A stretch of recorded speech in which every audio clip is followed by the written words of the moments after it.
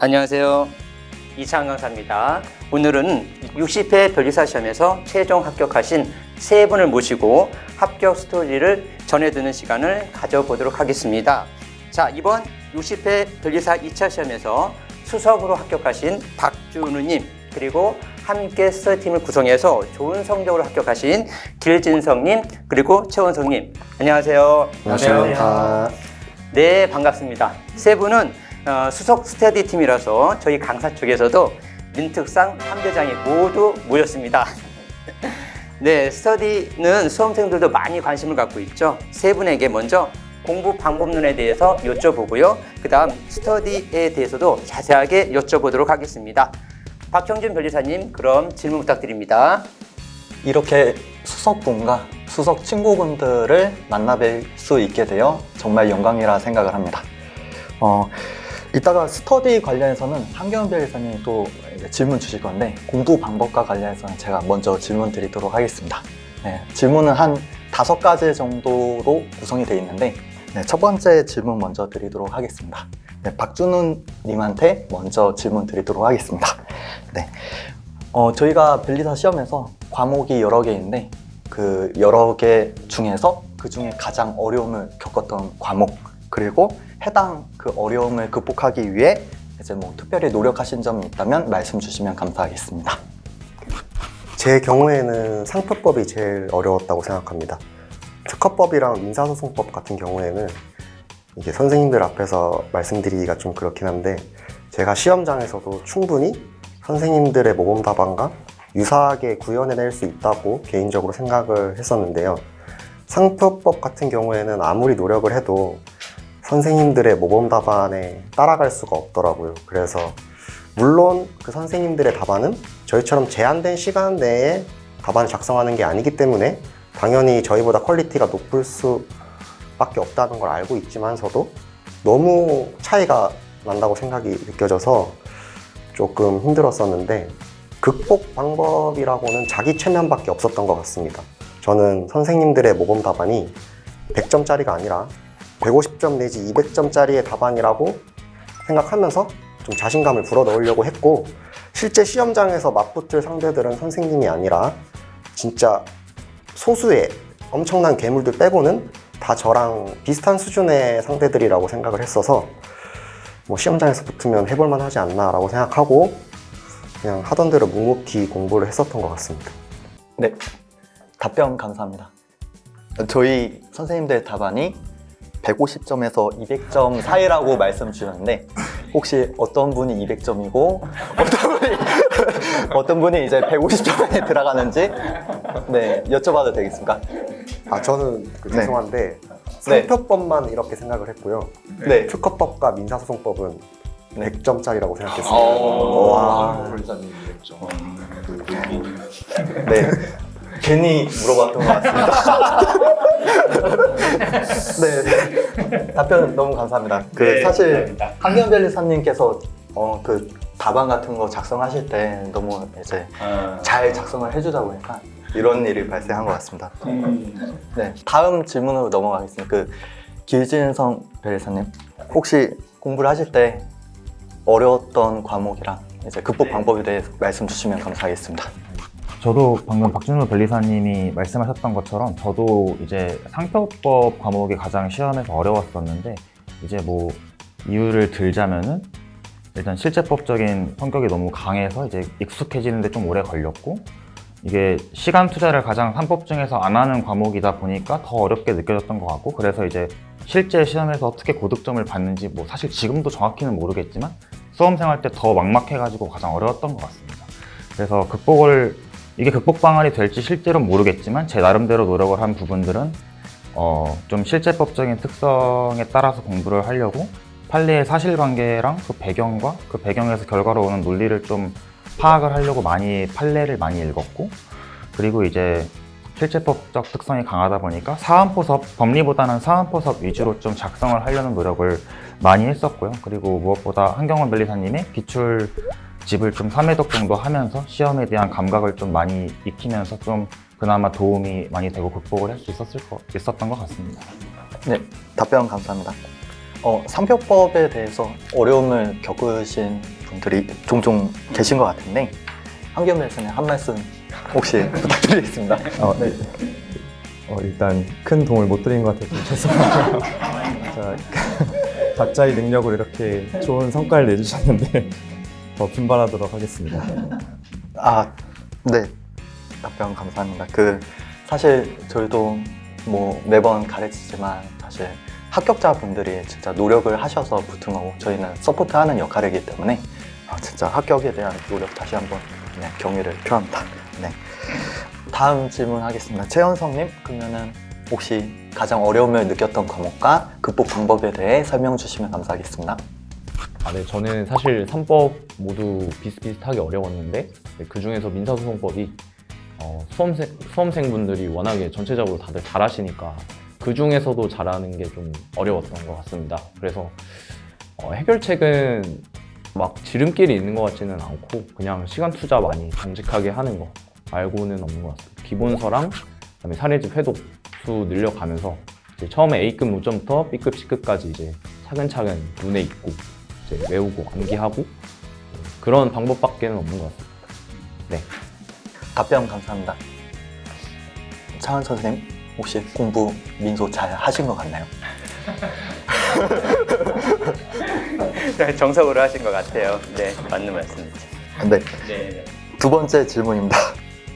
이해와 암기, 어느 하나 중요하지 않은 게 없는 것 같습니다. 혹시 준우님한테 먼저 묻겠습니다. 이해와 암기 중 어떤 게 더 중요하다고 생각하시는지와 그리고 그것들을 위해서 어떤 노력을 하셨는지 궁금합니다.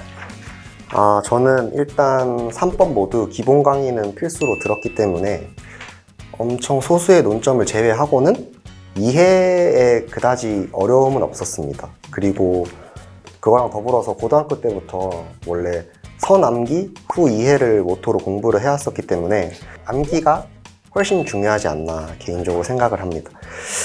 그리고 암기 비법에 대해서 굳이 특징을 하나 꼽자면 저는 손으로 계속 쓰기보다는 입으로 중얼중얼거리면서 외우는 거를 선호했던 것 같습니다.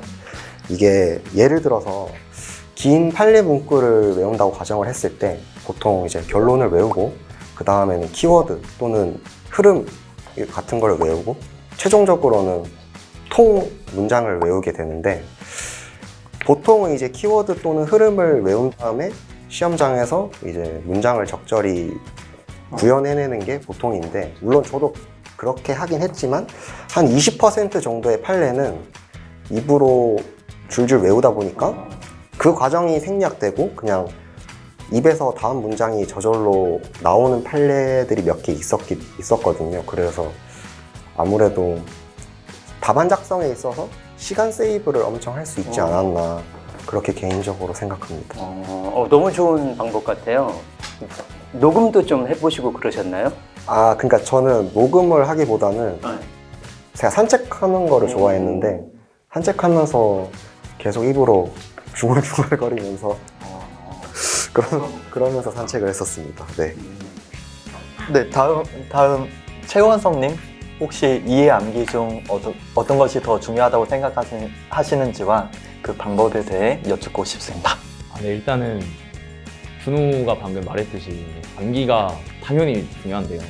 근데 아마 이 영상을 동차 기득분들이 좀 많이 보실 거라고 저는 개인적으로 생각을 하는데 그 단계에서는 이제 이해가 없으면은 암기가 의미가 없다. 왜냐면은 산재법 자체가 강한 주장 근거가 좀 강한 답안을 써야 좀 득점을 할 수 있는 과목들인데 이해가 받쳐지지 않으면은 그렇게 주장 근거가 명확한 좀 강한 답안을 쓸 수가 없다라고 생각을 해서 이해는 이제 베이스 아주 기본적으로 깔고 가는 거라고 생각을 합니다. 그래서 그런 측면에서 이해가 없이 암기만 해서는 절대 안 된다. 이거는 아마 준우도 동의를 하는 부분일 겁니다. 네. 그래서 이해가 중요하다라고 생각을 합니다. 네, 동의하시나요? 동의합니다. 그러면 혹시 원성님 이해를 하기 위해서 좀 도움이 되었던 부분들이 있으신가요?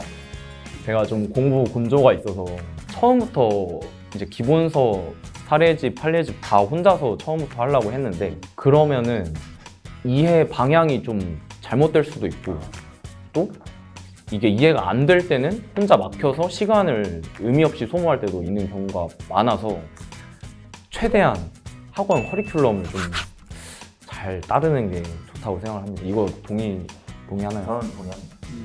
저도 그게 오히려 길게 봤을 때 돈이랑 시간을 더 아낄 수 있는 방법이라고 생각합니다. 저는. 제가 삼시라는 그러니까 짧지 않은 시간을 수험생활을 했는데 만약에 커리큘럼을 좀 충실히 따랐으면은 수험생활을 좀 1년은 줄일 수 있지 않았을까 이런 생각을 합니다. 저도 커리큘럼을 그대로 따라가지 않아서 약간 동차 기간에 혼자만 공부한 시간 낸 약간 시간을 버린 느낌이 커가지고 가장 크게 후회되는 부분 중에 하나니까 앞으로 진입하시는 분들은 뭐 광고처럼 보일 수도 있겠지만 전혀 광고가 아니고 거의 기존에 깔려있는 뭐 기본 강의, 사례, 판례 이러한 커리큘럼을 따르시는 게 아마 장수를 안 하시는 비결이 될 거라고 생각을 합니다. 들으면서 개인적으로 궁금한 게 강의를 들으시면서 이제 이해를 많이 도움을 받으셨다고 했는데 따로 복습을 하지 않고 수업만으로도 어느 정도 이해가 좀 많이 되셨던 건가요? 아니면은 이해를 위한 추가적인 어떤 방법이나 비법 같은 게 혹시 있으셨는지 세 분께 좀 공통적으로 좀 여쭤보고 저 싶어요. 같은 경우는 수업이 도움이 됐던 부분이 이제 수업을 듣는 그 순간에 제가 뭔가 업그레이드 된다는 느낌은 전혀 아니었고 다만 이제 수업을 들으라고 추천을 하는 이유가 제가 어떠한 방향으로 이해를 해야 되고 학습을 해나가는 딱 그 길을 터주고 맨 앞에 불빛을 약간 켜주는 느낌이었어요. 그래서 이제 수업을 듣고 그 자체로 업그레이드 되는 게 아니라 그 방향성을 갖고 이제 스스로 해독하고 공부하는 시간을 늘리면 그때 업그레이드 되는 거라서 저는 이제 그 방향성을 잡아준다? 이러한 의미 자체가 되게 컸던 것 같습니다. 저는 수업을 들으면서도 이렇게 좀 업그레이드 되는 게 많이 왜냐하면 공부 곤조가 있다고 말씀드리지 않았습니까? 그래서 처음에는 혼자 했기 때문에 이게 내용들은 어느 정도 알고 있는 상태에서 이게 수업을 들으면서 내가 5개념이구나 그리고 혹은 이렇게 이해하는 게 맞는 거구나 그래서 이렇게 원래 알고 있던 상태에서 수업을 들었기 때문에 좀 그래서 업그레이드가 그 순간순간 많이 됐던 것 같습니다. 저 같은 경우에는 기본 강의라도 꼭 들어야 된다고 생각을 하는 이유가 일단 첫 번째로는 5개념 같은 거를 바로 잡을 수 있고 두 번째는 강약 조절을 아무리 책 기본서 앞에 이제 별표로 표시가 되어 있다 해도 강의 안 듣는 입장에서는 그거를 보면서 강약 조절을 자유자재로 하기에는 힘들다고 생각을 하거든요. 그래서 강약 조절 때문이라도 기본 강의만큼은 좀 들어야 되지 않나라고 생각을 합니다. 소위 말하는 탐구 영역 말하는 그러니까 너무 B급, C급 논점을 딥하게 들어가는 거를 방지하기 위해서라도 이제 그 책의 저자인 선생님들의 기본 강의는 꼭 듣는 게 좋지 않나라고 개인적으로 생각합니다. 저는. 길진성님, 혹시 이해와 암기 중에 어떤 게 더 중요하다고 생각하시는지, 이게 공부를 할 때 그 이해 암기도 있는데 혹시 시험의 최종적인 관점에서 혹시 어떻게 생각하시는 부분이 있는지 말씀 주시면 감사하겠습니다. 박준우 변리사님은 이제 암기설이었고 최현석 변리사님은 이제 이해설이었는데 저는 이제 좀 절충적으로 좀 말씀을 드리고 싶어요. 특히나 이제 시험 당일에서의 중요도에 대해서 말씀을 드리고 싶은데 일률적으로 뭐 이해가 중요하다, 암기가 중요하다 말하는 거는 조금 의미가 떨어질 수 있겠고 저는 시험 난이도에 따라서 전략을 짜는 게 좀 중요하다고 생각을 하는데 이게 시험이 만약에 쉽게 나오는 그 당의 시험에서는 사실 누가 조금이라도 공부를 하신 분들이 볼 때 어떠한 논점을 얘기하고 있고 어떠한 논점을 써야 되는지가 바로 파악이 되기 때문에 그때는 이제 탄탄한 암기를 바탕으로 이제 뭐 그 판례, 뭐 학설, 판례, 검토, 사안포섭을 다 발라서 쓸 수 있기 때문에 그때는 사실 어떤 깊게 탐구하는 이해력보다는 그때 내가 현출할 수 있는 그 암기한 내용들이 풍부한 사람일수록 조금 더 고득점에 유리할 거라고 생각을 합니다.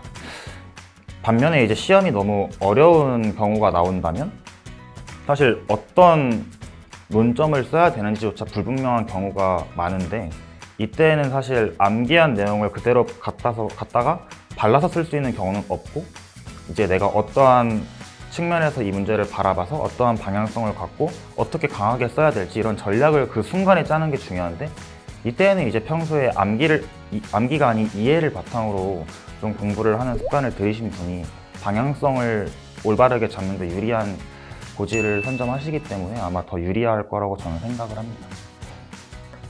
네, 답변 감사합니다.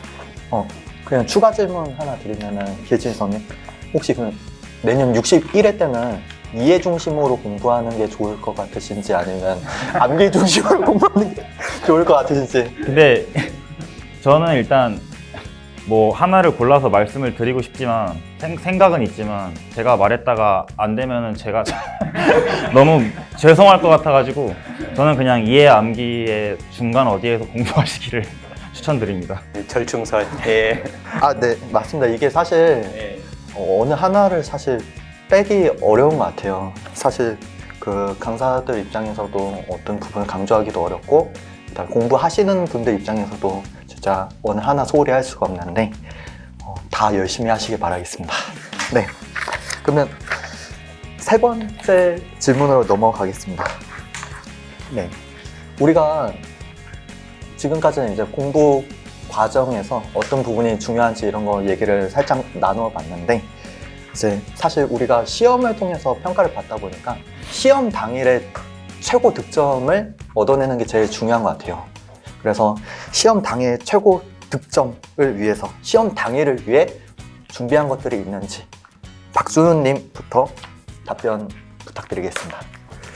네, 저희 2차 시험이 이번에 금요일, 토요일 이렇게 치러졌는데, 저는 토요일을 주의 마지막으로 설정해서 그 주, 그러니까 일요일부터 토요일까지의 그 주의 그 스케줄을 예행 연습을 총 3번 했습니다.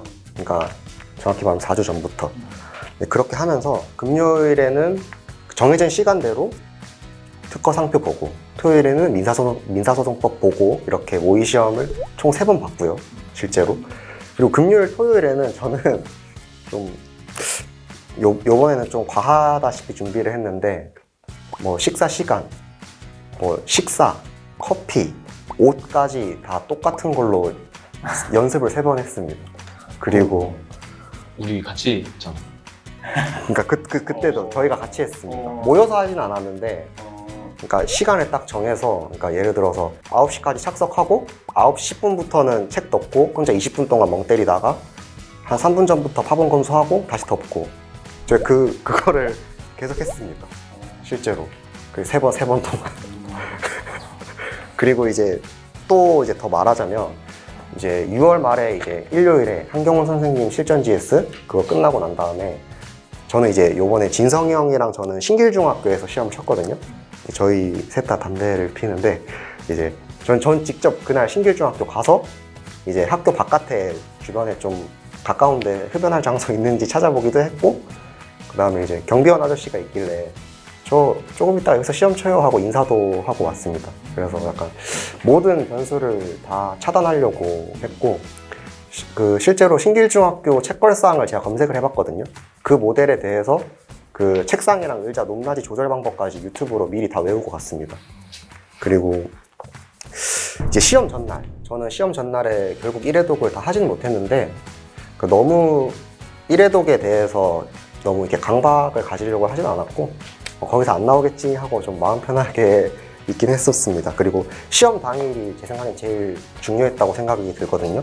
시험 당일에 저는 이제 8시까지 가서 책상에 앉자마자 책걸상 높낮이 조절을 하고, 또 책상이 흔들려가지고 제가 가방을 걸었거든요. 가방을 걸게 되면 책상이 딱 고정이 돼서 글씨를 쓸 때 책상이 움직이지 않습니다. 그런 것까지 다 이미 세팅을 해놨고, 세팅을 한 다음에는 이제 그 20점 분량의 답안지 작성을 했습니다. 저는 20점 분량 쓰면 한 6페이지 정도 쓰는데, 그 6페이지 쓰면서 손이 좀 많이 풀린 것 같습니다.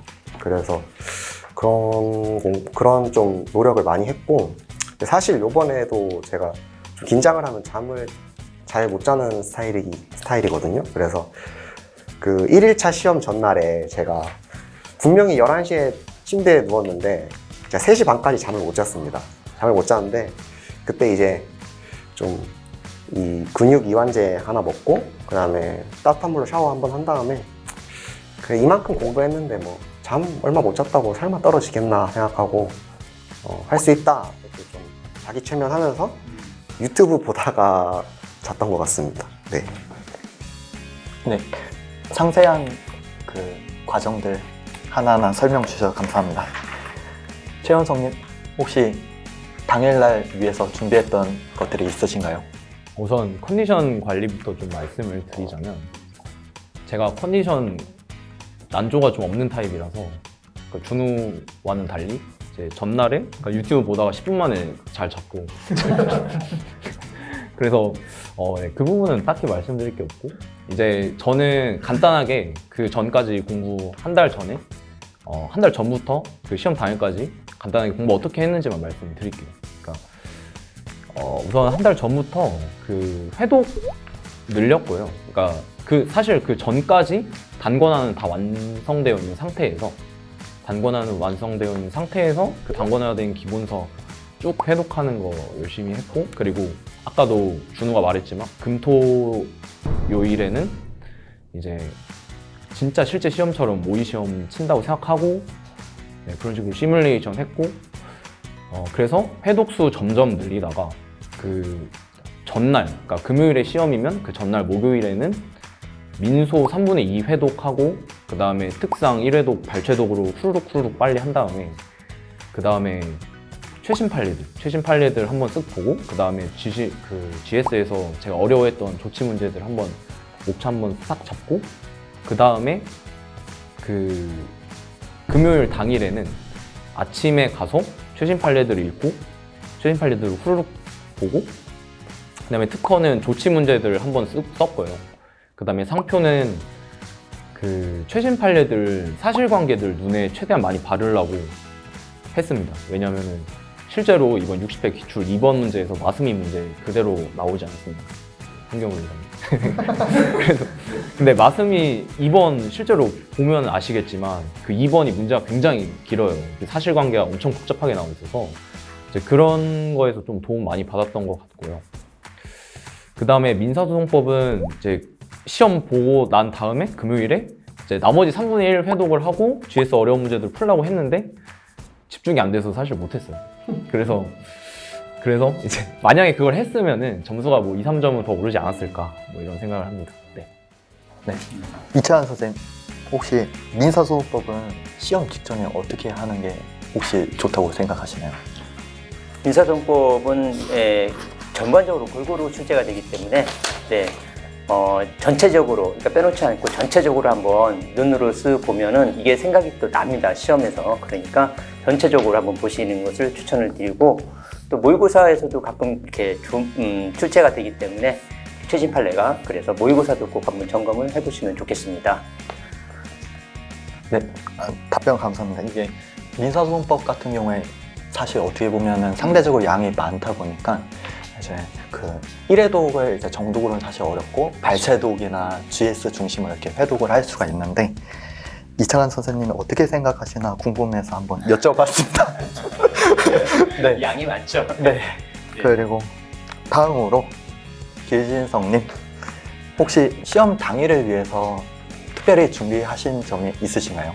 네, 저도 이제 두 변리사님이 말씀하셨던 사항들 저도 이제 거의 다 저도 했던 내용들이고 이제 추가적으로 말씀을 드리면 이제 첫 번째는 저는 이제 얘기 안 나온 것들을 말씀드리면은 저는 오답 노트를 GS 때 항상 작성을 했었는데 GS에서 이제 제가 뭐 몰랐던 법리를 쓰지는 않았고 제가 실수했던 뭐 사안 푸석할 때 뭐 끝까지 밀어쓰기 뭐 아니면은 문제 잘 읽기, 뭐 시간 표시 잘하기 이런 거를 제가 오답 노트를 3법별로 다 이렇게 분류를 해가지고 적었었는데 저는 이제 시험 당일에 각 법 과목 시험 시작하기 한 20분 전부터 오답 노트를 좀 많이 봤습니다. 그래서 제가 GS에서 실수했던 내용은 이번 시험에서는 절대로 하지 말아야겠다는 마음가짐을 좀 탑재를 하고 가가지고 물론 그래도 이번에 실수를 몇 개 했지만 뭐 안 봤을 때보다는 덜 했을 거라고 저는 믿습니다.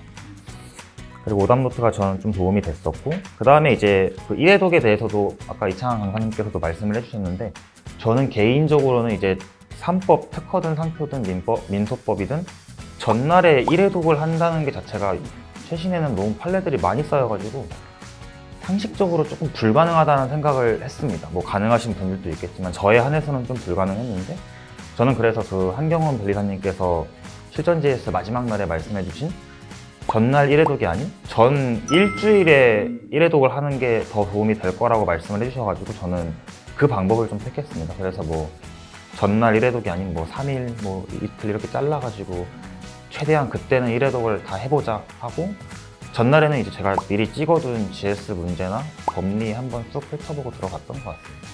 그리고 가장 마지막으로는 이제 저는 시험 문제를 볼 때 이제 마음가짐이 좀 중요하다고 생각을 했는데 시험이 만약에 쉬운 게 나와서 모두가 잘 쓸 것 같은 문제가 나오면은 무조건 판례, 사안 포섭 아주 풍부하게 하고 뭐 고수인 티를 낼 수 있는 모든 방법을 동원해서 제가 고수인 척을 티를 내고 그리고 제가 미리 외워뒀던 플러스 알파 사항들을 생각나는 걸 다 적어주자는 마인드로 임해야겠다는 생각을 했었고 실제로 시험에서도 특히 민사소송법에서도 제가 쓸 수 있는 모든 플러스 알파 사항을 다 적었습니다.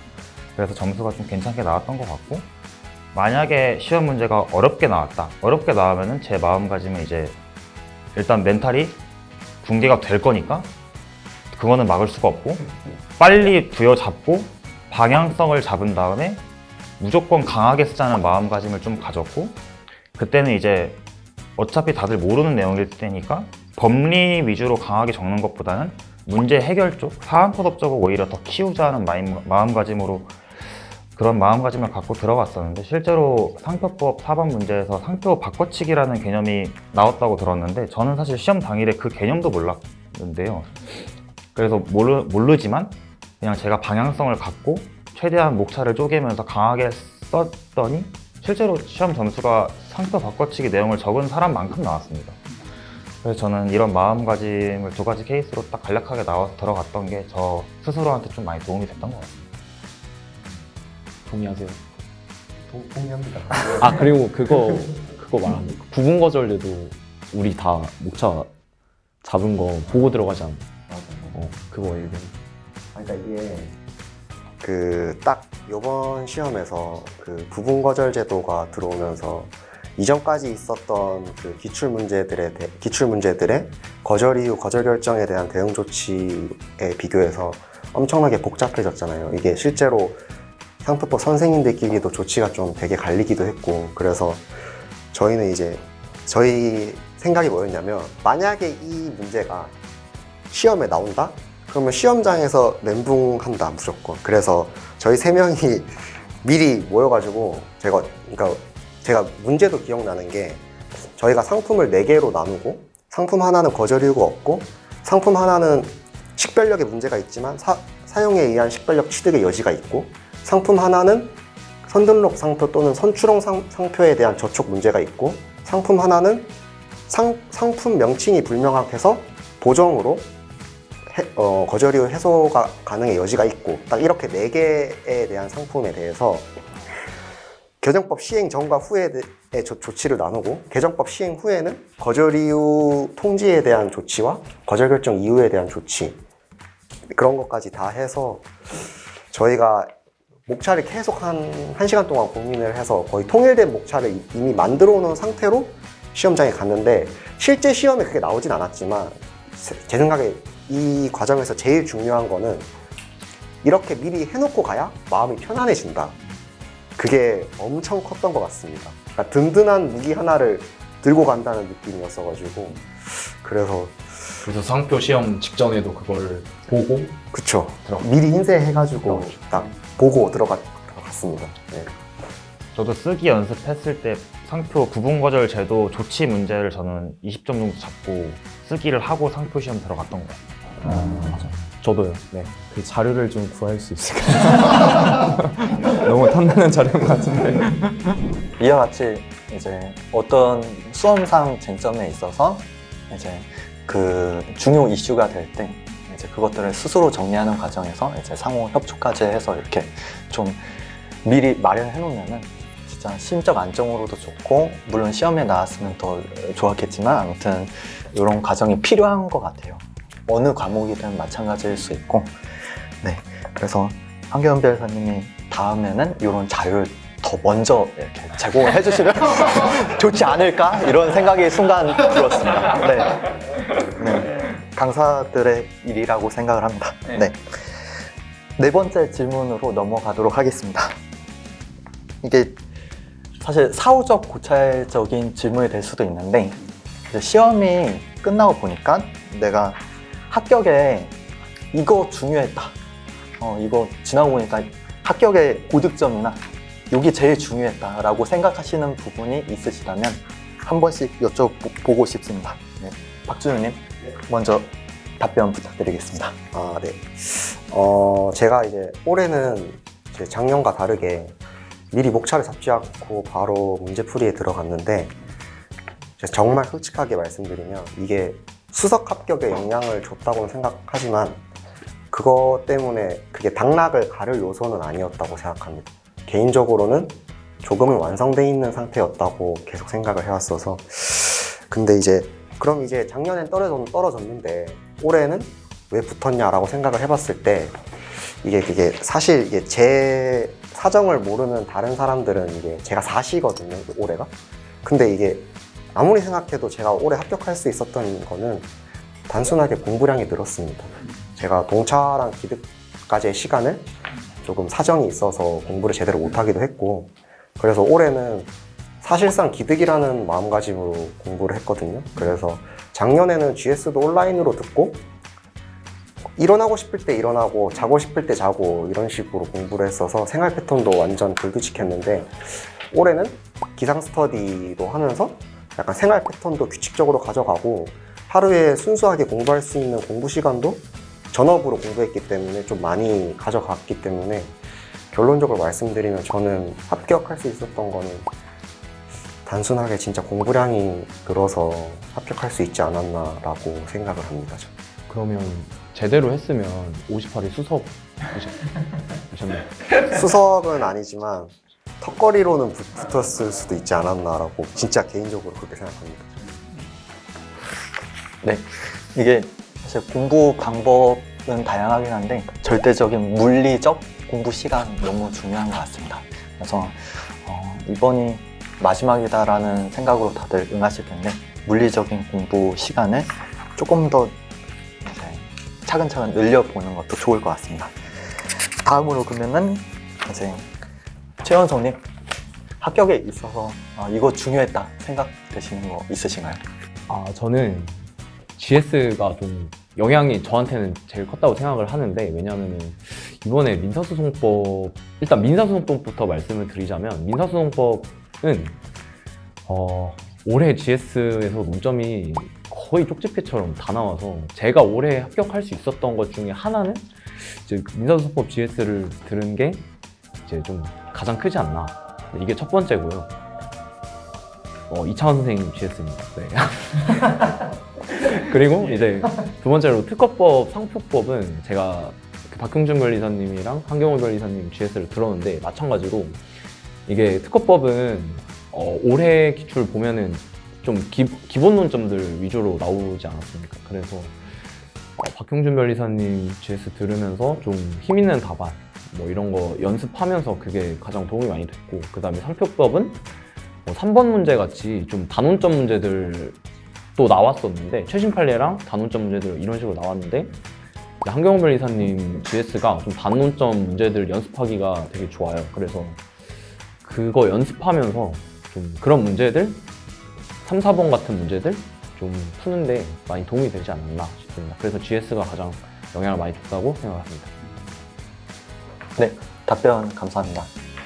다음으로 그러면은 길진성님, 시험에서 합격에 제일 중요했던 부분이 어떤 부분이 있었다고 생각하시나요? 저는 이제 개인적인 얘기 하나랑 개인적이지 않은 얘기 하나씩을 하고 싶은데, 개인적으로는 저 스스로 좀 정신력을, 멘탈을 유지한 게 가장 컸던 것 같습니다. 작년에 3시 시절에 조금 아쉽게 소수점 탈을 했을 때, 제가 소수점 탈한 것도 힘들었지만 이제 어떤 부분에서 실수를 했는지가 너무 생생하게 기억이, 저도 시험 끝나고 직후에 다 알았기 때문에 그 부분이 너무 힘들었고 아쉬웠고 해가지고 사실 시험을 접으려고 마음을 먹고 인턴 생활을 했었는데 올해 2월 달에 인턴이 끝나고 이제 취업을 준비하려고 했을 때 이제 아버지께서 한 번만 더 준비해 보는 거 어떻겠느냐고 이렇게 권해주셔가지고 제가 그냥 마지막이다 생각하고 했는데 그리고 멘탈을 유지하면서 공부를 했더니 이제 합격을 다행히 하게 돼가지고 사실 저의 멘탈 유지와 그런 아버지의 그 권유 이게 가장 개인적으로는 저한테는 굉장히 컸던 것 같고요. 개인적이지 않은 얘기는 이제 30, 40대는 실력이 이제 동차 기득에 비해서 훨씬 많이 올라왔다고 생각했는데 그게 이제 저희끼리 스터디의 힘도 힘 중에 하나였는데 이제 탐구형 공부가 아닌 정말 수험 적합적인 공부를 제대로 했다는 느낌이 들어서 아마 그 부분이 저의 그 수험 생활에 가장 크게 작용한 게 아닌가 그렇게 생각을 합니다. 그리고 저 하나만 더 얘기해서 그 많이 써보는 게 거의 가장 중요하지 않아요? 실제로 풀다만 그렇지 않아요? 어느 정도 동의합니다. 저는 근데 이제 풀다반보다는 좀 이거 약간 너무 투머치긴 한데 제가 필속 늘리려고 훈련을 했었는데 일단 첫 번째는 악력기를 지면서 계속 공부를 했었고 두 번째로는 풀다반 작성보다는 저는 이제 그냥 머리가 안 돌아갈 때 이제 음악 들으면서 애국가를 애국가를 답안지에 계속 썼습니다. 정말 그냥 그 답안지에 친숙해지기 위해서. 왜냐면 이게 그거에 대해서 조금이라도 거부감을 없애야 좀 더 빨리 쓸 수 있다고 생각을 해가지고 그러니까 약간 너무 테크니컬 쪽으로 가긴 한데 그게 공부에 도움되는 건 아니지만 약간 저는 제가 작년에 답안 분량을 많이 못 채워서 떨어졌다고 개인적으로 생각이 들어가지고 그런 쪽으로 훈련을 많이 했습니다. 네. 올해 물량 거지, 그러게. 몇 장 정도 썼어요? 24페이지, 21페이지, 24페이지 썼습니다. 특허, 상표, 민소 각각. 올해 분량이 어떻게 저는 필속이 좀 많이 느린 편이긴 한데 올해 시험에서는 진짜 영혼까지 끌어서 써가지고 특허는 20페이지 썼고요. 상표는 19페이지 썼고 민소는 21페이지 정도 쓴 것 같습니다. 저는 특허는 19페이지, 상표는 18페이지, 민소는 21페이지. 네.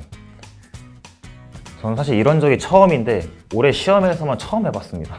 저는 16페이지 답안을 좋아하는데 올해는 너무 마지막이라는 생각을 하니까 제 모든 걸 적었습니다, 그냥. 올해는 답안지 양 정말 많이 쓰는 사람이 많이 받았어요. 인소 구독점자도 21페이지, 24페이지 막 이렇게 썼고. 선생님의 영향이 있었지 않나 그렇게 생각을 합니다. 네, 이게 사실 시험에서 조금 상대적으로 평이하다라고 생각을 하면은 양적인 측면에 진짜 크게 작용하는 측면도 있고 그다음에 또 난이도가 높은 애에서는 또 일목요연하게 짧게 이제 칠 줄도 알아야 되는데 다양한 경험이 필요한 것 같습니다. 네, 다음 질문으로 넘어가겠습니다. 이제 5번째 질문입니다. 네, 시험을 준비하다 보면 사실 불안감 제일 크게 작용을 해서 공부가 어려울 때가 많은데 이제 내가 잘하고 있는지 이런 생각이 들 때 혹시 어떻게 해야 더 도움이 될지 박주은님부터 말씀 주시면 감사하겠습니다. 근거 없는 자신감이긴 한데 저는 올해 시험 막바지에 들어서는 저만큼 내용 암기하고 이해하고 있는 사람이 이 역삼 학원가에 많이 남아있지 않다고 개인적으로 생각했었습니다. 진짜로. 그런데도 시험 끝나고 합격자 발표회까지 계속 이제 확신을 가지지 못했고 실제로 합격자 발표 전날에 발표 9시에 발표가 나잖아요. 그때 날 때까지 12시부터 9시까지 계속 노량진에서 음악 들으면서 산책만 계속 했던 것 같습니다. 그 정도로 이제 확신을 가진다는 게 엄청 어려운 것 같아요. 객관식도 아니고 채점 기준도 공개하지 않는 이 논술형 시험에서 자신의 점수에 대해서 확신을 한다, 실력에 대해서 확신을 한다, 이거는 정말 개인적으로는 그건 좀 힘들다고 생각이 듭니다. 근데 꼭 말씀드리고 싶은 거는 여러분들이 시험장에서 볼 사람들도 다 똑같은 고민을 하고 있을 거다라는 거. 상대평가잖아요. 그렇죠? 그래가지고 그 말을 꼭 하고 싶고, 제가 요번에 시험 끝나고 원석이 형이랑 같이 그 대입 면접을 준비하는 고등학교 3학년 학생들을 좀 가르쳤었거든요. 근데 저는 이제 고등학교 3학년 애들한테 항상 하던 말이, 공부는 원래 겸손하게 하는 거고 면접장, 시험장에서만 자신 있게 하면 된다라고 계속 얘기를 했었는데, 그게 좀 중요한 것 같습니다. 제가 수험 생활하면서 확신은 필요 없다고 개인적으로 생각을 하고, 뭐 실컷 초조하고 불안해하면서 공부해도 되고, 시험장에서만, 진짜 시험장에서만 자신 있게 후회하지 않게 하고 나오면 충분하지 않나, 이렇게 어려운 말이지만 그렇게 저는 진짜 그렇게 생각을 합니다. 네, 답변 감사합니다. 저도 준호별님 답변을 듣고서 사실 불안감은 계속 가지고 가는 것이다. 네, 그리고 시험장에서만 진짜 긴장 없이 이제 힘 있는 답안을 작성하면 좋지 않을까, 네, 이렇게 생각을 합니다. 최원성님, 혹시 불안감 관련해서 어떻게 친구들한테 해주고 싶은 말 있으신가요? 불안감, 말씀하신 것처럼 불안감을 없앨 수는 없는 것 같고요. 일단 근데 같이 이제 페이스메이커가 있으면은 정말 좋겠죠. 너무 힘들 때는 이제 타인한테 기대는 것도 좋잖아요. 그래서 그런 점에서 저희 3명 이제 스터디가 좀 좋았던 것 같습니다. 그리고 아마 자기한테 확신이 가장 없어지는 순간이 GS 성적 확인할 때라고 저는 생각을 하는데, 그거 진짜 너무 일희일비하지 않으셔도 된다. 제가 기득 때 GS 모의고사 점수가 하위권 못 돌았는데 그때 소수점 탈하기도 했고, 그때 성적 받고 사실 되게 놀랐어요. 엄청 못했는데 소수점 탈 할만하겠다 이런 생각도 했고, 그리고 이번에도 꽤 여유 있는 성적으로 붙기도 했고, 그래서 GS 성적에 너무 집착하지 않으셔도 되고 일희일비하지 않으셔도 되고, 물론 지금 여기 제 왼쪽 오른쪽 진성이랑 준우는 GS 항상 최상위권 유지. 네.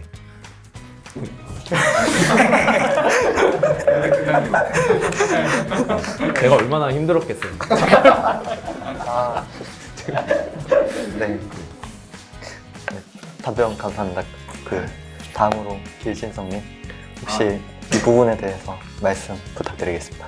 네, 저는 일단은 GS 기준으로 저는 좀 말씀을 드리고 싶은데, 방금 원석 변리사님이 말씀하신 거랑 좀 연관되는데, 이게 GS 점수가 안 나오시는 분들은 안 나와서 걱정이 많이 되실 텐데, 가장 중요한 게 이제 GS 점수와 실제 시험 점수가 뭐 상관관계가 있지만 그 양의 상관관계가 그렇게 크지 않다는 점을 항상 생각을 하셨으면 좋겠습니다.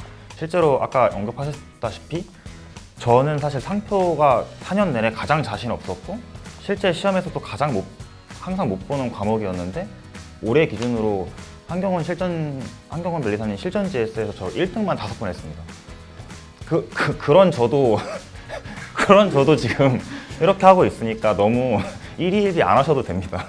이게 왜냐면은 실제 문제와 GS는 이제 무엇보다 채점 방식이 다르고 채점에 들이는 노력도 다르고 문제 스타일도 다를 수가 있고, 그리고 가장 중요한 게 이제 실전 GS를 보면서 보이는 그런 타인과 저의 편차는 사실 시험 막바지로 갈수록 미세하게 좁혀지기 때문에, 지금 편차는 나중 가면 어차피 없기 때문에 너무 GS 점수에 연연하지 않으셔도 된다는 말씀 드리고 싶고, 그리고 두 번째로 이제 GS 점수가 너무 잘 나오시는데 약간 알 수 없는 위기감에 휩싸이시는 분들도 되게 많으실 것 같은데, 실제로 저희 스터디원들도 다 그랬었고, 아마 이제 GS 점수가 그래도 괜찮게 나온다면 그래도 공부의 방향성은 맞다고 볼 수 있으니까 그냥 그 방향성 쭉 가지고 가시고 포기만 안 하시면 좋은 결과 있을 거라고 생각합니다. 네, 답변 감사합니다. 이 GS 점수라는 게 사실 그 기분에서 이거를 멀리하는 게 힘들어요. 사실 일일비하지 않는다 이렇게 생각은 하지만 정말 어려울 텐데, 같이 공부하시는 분들끼리 서로 힘이 돼서 또 함께 얘기도 나눠주고 하면서 극복하시면 좋을 것 같습니다. 네. GS는 이제 못 볼수록 이득이다. 그건 무슨 말씀이시죠? 네. 못 볼수록 얻어가는 게 많지 않을 것 같습니다. 그래서 이제 오히려 잘 보는 게 손해다. 네, 그렇게 생각합니다. GS를 잘 본 날은 이제 손해다. 돈값을 못했다. 그치. 네, 감사합니다. 세 분 공부 노하우에 대해서 자세히 알아볼 수 있는 시간이었던 것 같습니다. 세 분 말씀 정말 감사드리고요. 수험생 여러분들도 좋은 정보를 얻으셨을 겁니다. 강사 저도 피드백을 받는다는 입장에서 굉장히 좋은 정보가 많았습니다. 자, 영상이 너무 길면 또 좋아하지 않는 분도 있고 하니까 우리 그 스터디 방법론에 관한 좋은 얘기는 2부에서 이어가도록 하겠습니다. 감사합니다. 네, 감사합니다.